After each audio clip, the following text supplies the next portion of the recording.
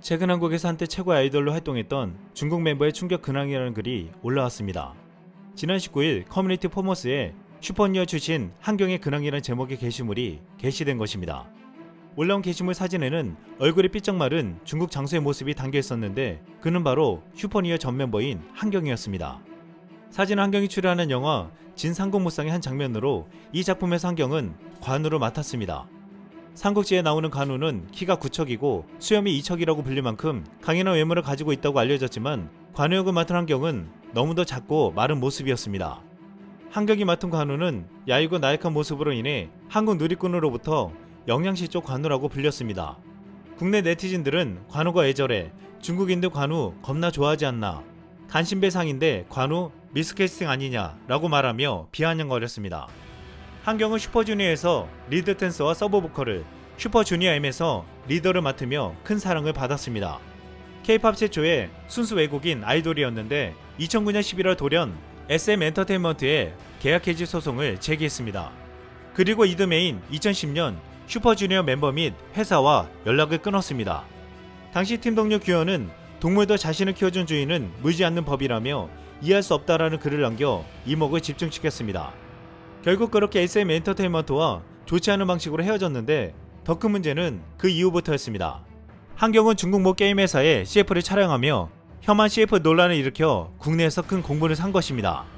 당시 CF에서 한경은 아르바이트생으로 등장하여 검은 뿔테 안경을 쓴 한국인 여사장으로부터 정신 차려, 일하기 싫으면 꺼져라는 폭언과 함께 뒤통수를 얻어맞는 굴욕을 당합니다.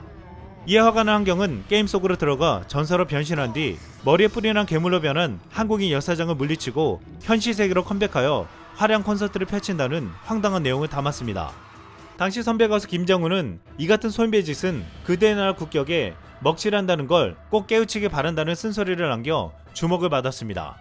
김정우는 또한 자신의 SNS에 중국인 한경이 돌아가서 잘 살고 있다는 얘기를 들었는데 어느 날부터인가 한국을 폄하하는 말들이 자주 들려오더니 극기하는 광고에서까지 뒷북을 친다며 그렇게까지 해서라도 자국민들의 소수 혐한에 기대어만 살아갈 수밖에 없는 청년이었는지, 그래도 자신을 있게 해준 나라이고 자신을 사랑해준 나라인데 그 한류의 힘으로 결국 자국에서도 인기를 얻는 걸 모르는 건지 라고 밝히며 과거 한국에서 얻은 인기를 발판으로 현재 한경이 존재함을 잊지 말라는 충고를 건넸습니다. 이 한경은 중국 다이빙 서바이벌 프로그램 성도 수리방에 출연해 엄청난 높이의 점프대에 올라서는 공포를 감행하며 다이빙 러러스의 면모를 보여줬습니다. 하지만 이후 그는 허리 부상 재발로 다이빙 훈련이 불가피하게 되자 해당 프로그램에서 하차를 선언했는데 실력 부족으로 패배할 것이 두려워 하차한 것이 아니냐는 주장까지 흘러나오며 중국에서조차 큰 논란을 일으켰습니다. 또한 한때 한국에서 걸그룹 우주소녀로 활동하며 사랑받았던 성서도 최근 국내에서 비판을 받고 있습니다. 성서는 중국으로 돌아가 중국 공산당 창당 100주년 축하 게시물을 올리더니 지난해 8월 한국 전쟁 중 북한 측에서 싸우다 전사한 중국 전우들을 회상한다며 한국은 중국의 영웅을 집으로라는 해시태그를 게시하기도 했습니다. 이뿐만 아니라 최근 성서가 출연하는 중국 드라마에서 김치 담그는 장면이 논란이 되었습니다. 이 부분은 극중 드라마 내용과 전혀 상관없어서 비판을 받았는데 성서는 해당 장면에서 김치하고 계셨네요 라는 대사를 해 한국 팬들의 빈축을 샀습니다. 이에 국내 네티즌들은 K-팝 걸그룹으로 이름 알려서 중국으로 도망가더니 저러고 있네, 중국이 중국했다라며 비판했습니다. 또한 걸그룹 에버글로우의 중국인 멤버 왕일원은 한국식 큰절을 거부해 큰 논란을 일으켰습니다. 에버글로우가 팬사인회에서 새해를 맞아 큰 절을 했지만 왕일원은 중국인은 큰절을 하지 않는다며 거부한 것입니다. 국내에서 비판 여론이 커지자 왕일원은 국내 활동을 중단하고 중국으로 돌아갔습니다. 한국 내 네티즌은 왕일원을 중국런 했다고 표현하기도 했습니다. 또한 최근 베이징 동계올림픽을 앞두고 한국을 등지고 중국으로 갔던 임효준이 주목할 만한 소식을 전해왔습니다. 중국 빙상 경기연맹은 지난 17일 2022 베이징 동계올림픽 쇼트트랙 국가대표팀 명단을 발표했는데 몰래 중국으로 귀화한 임효준은 명단에 없었습니다. 임효준은 중국 대표 선발전에서 동계올림픽 출전권이 주어지는 3위 안에 들지 못해 국가대표 자격을 놓쳤습니다. 임효준은 2019년 6월 국가대표 훈련 도중 장난을 치다가 동성후배 선수의 바지를 내려 하반신을 노출시켰습니다.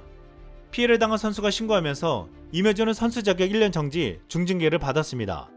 이후 임효준은 반성하기는커녕 베이징 올림픽에 출전하겠다며 징계도 중 몰래 중국으로 귀화를 해버렸는데 애초에 한 선수가 국적을 바꿔 올림픽에 출전하려면 기존 국적으로 출전한 국제대회 이후 3년이 지나야 한다는 IOC 올림픽 헌장에 따라 베이징 올림픽에 출전할 수 없는 신분이었습니다.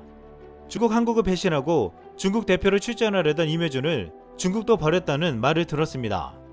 한국에서 성장하고 사랑받았지만 이를 배신하고 중국으로 갔던 이들이 연이어 이 같은 소식들을 전해오고 있는데, 한국을 배신하고 중국행을 택했던 기술 전문 인력들도 연이어 참사를 당하고 있습니다.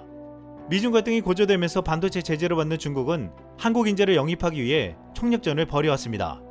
특히 중국 기업들은 삼성전자, SK하이닉스 출신의 반도체 전문가들을 노렸습니다. 중국은 삼성전자와 SK하이닉스에서 퇴직하는 부장이나 임원급 등의 전문 인력을 노려 이들에게 5배에서 9배 연봉을 제시하고 빼냈습니다. 또한 스마트폰, OLED, 배터리 등 다른 첨단 산업에서도 한국 기업들을 뛰어넘겠다며 단숨에 격차를 좁히기 위해 거액의 돈을 주고 한국 기업들의 인력들을 무리하게 빼갔습니다. 실제로 중국 디스플레이 강자 BOE의 파트너사로 이직한 삼성 출신의 김영국 수석연구원은 현지에서 이사장보다 높은 연봉을 받았습니다. 그런데 최근 이들에게서 반전이 일어나고 있습니다. 중국 기업과 5년 계약을 하고 코로나 때문에 1년 만에 해지 통보를 받은 이가 나오고, 정년 없는 고문 역할을 약속받고도 2년 만에 쫓겨나는 이들이 생겨나고 있습니다. 거액의 유혹을 받고 한국에게서 배신자라는 오명을 감수하고도 중국으로 갔는데 불과 1, 2년 만에 빈털터리로 쫓겨나게 된 것입니다. 이런 건데 우리 기업의 전문 인력을 빨아들이는 문제가 심각해지자 한국 정부도 국가적 차원에서 대응에 나섰습니다.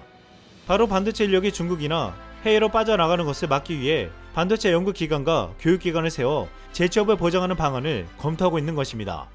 최근 전세계 주요 반도체 회사들이 인력 부족으로 어려움을 겪고 있습니다. 지난해부터 이어진 반도체 공급난으로 반도체 자립의 필요성을 절감한 각국 정부와 기업들이 앞다퉈 반도체 생산시설 확장에 나섰는데, 막상 생산시설에서 일할 숙련된 인력이 턱없이 부족했습니다. 미국에서는 30만 명의 추가 인력이 더 필요로 하고 중국에서는 70만 명이 더 필요하다고 했습니다. 한국도 매년 고조부터 석박사 끝까지 1,500여 명이 부족하다고 보고 있는데, 이 때문에 반도체 인재를 키우는 것이 급선무로 여겨지고 있습니다. 그래서 한국 정부는 인재 유출을 막고 인재를 키우기 위해 전문 교육기관을 만들고 전문 인력들을 은퇴하면 이곳으로 재취업시켜 한국 인재들을 양성시키겠다는 것입니다. 이미 중국에서 거액으로 유혹해서 데리고 갔지만 단숨에 잘리고 배신자로 낙인 찍혀 돌아온 이들이 많기에 앞으로 이런 방법으로 인재를 보호하고 기술 유출을 막을 수 있을 것으로 보고 있습니다. 중국은 동북공정을 통해서 한국의 것을 자신들의 것이라고 하며 자신들의 문명이 우월하다는 것을 언제나 자랑하고 있습니다. 그런데 최근 과거 한 강연 영상이 다시금 화제가 되고 있습니다. 존 던컨 캘리포니아 대학 교수는 과거 2014년 한 강연에서 근대 한국에 대한 신화와 진실이라는 주제로 강연을 한 적이 있었습니다. 그는 과거 동아시아와 한국에 대해서 공부를 시작했던 1960년대 말에는 기본적으로 동아시아에 있는 것은 모두 중국으로부터 왔다고 쓰여져 있었다고 했습니다. 모든 게 중국으로부터 왔고 이웃 국가인 베트남, 한국, 그리고 일본에게 퍼졌다는 것이었습니다. 하지만 자신이 한국 역사를 공부하기 시작하고 자세히 알면서 모든 것이 중국으로부터 왔다는 개념에 의구심을 가지게 되었다고 했습니다. 그러면서 존 던컨 교수는 이렇게 말했습니다. 우리는 15세기 중반 독일에서 위대한 구텐베르크가 탈착 가능한 금속 활자를 발명해왔다고 배웠지만 동아시아에서 이런 통념이 틀렸다는 것이 밝혀졌습니다. 11세기 중국에서 탈착형 활자를 개발하고 있을 때쯤 목판으로 된 탈착형을 개발하고 있었지만 인쇄 결과가 좋지 않자 도자기로 된 탈착형을 개발하는 쪽으로 바꿨습니다. 그런데 탈착형 활자는 고려에서 이미 만들어져 있었습니다. 고려인들은 도자기 형태 활자를 실험해봤지만 복잡한 이유로 좋지 못했습니다.